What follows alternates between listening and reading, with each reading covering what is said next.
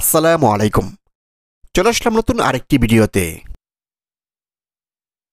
প্রায় ২ মাসের একটি বিরতির পর আগামীকাল থেকে মাঠে ফিরছে বাংলাদেশের ক্রিকেট।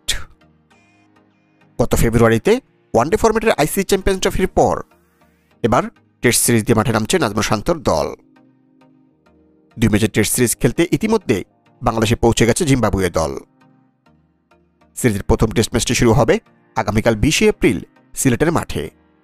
এরপর সিরিজের দ্বিতীয় ও শেষ টেস্ট ম্যাচটি শুরু হবে আগামী ২৮শে এপ্রিল থেকে চট্টগ্রামের মাঠে। এদিকে সর্বশেষ বাংলাদেশ টেস্ট ম্যাচ খেলেছিল গত নভেম্বর মাসে ওয়েস্ট ইন্ডিজের মাটিতে তাদের বিপক্ষে। সেই হিসেবে দীর্ঘ প্রায় ৬ মাস পর এই ফরম্যাটে আবার খেলতে নামছে বাংলাদেশ দল। তাই এখন প্রশ্ন, প্রথম টেস্ট ম্যাচকে সামনে রেখে কেমন হতে পারে বাংলাদেশ দলের সম্ভাব্য সেরা একাদশ। এই ফরম্যাটে বাংলাদেশের অন্যতম সেরা ব্যাটসম্যান লিটন কুমার দাস নেই এবারকার বাংলাদেশের নতুন টেস্ট স্কোয়াডে। তাই তার জায়গা পূরণ করতে একাদশে দেখা যেতে পারে নতুন কাউকে। যদিও অভিজ্ঞ ক্রিকেটার মিস্টার ডিপেন্ডেবল মুশফিকুর রহিমের পাশাপাশি মুমিনুল হকও রয়েছেন বর্তমান দলে। তাছাড়া বাংলাদেশের বোলিং লাইনআপও রয়েছেন তাইজুলের মতো অভিজ্ঞতা সম্পন্ন ক্রিকেটারের পাশাপাশি নাহিদ রানার মতো গতির ঝড় তোলার মতো পেস বোলারও। সুতরাং সবকিছু মিলিয়ে জিম্বাবুয়ের বিপক্ষে শক্তিশালী একাদশটি মাঠে নামবে team Tigers.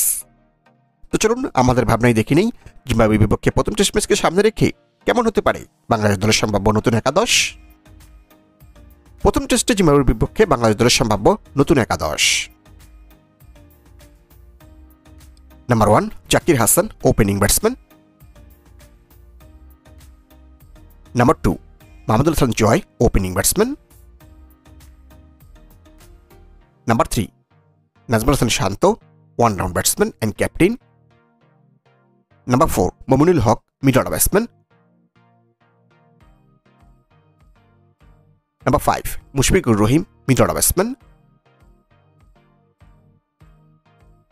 Number 6 Jaker Ali Anik, wicket keeper and batsman.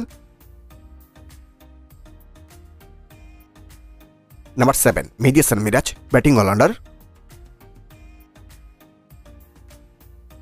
Number 8 Taijul Islam, spin bowler. Number 9 Hasan Mahmud, fast bowler.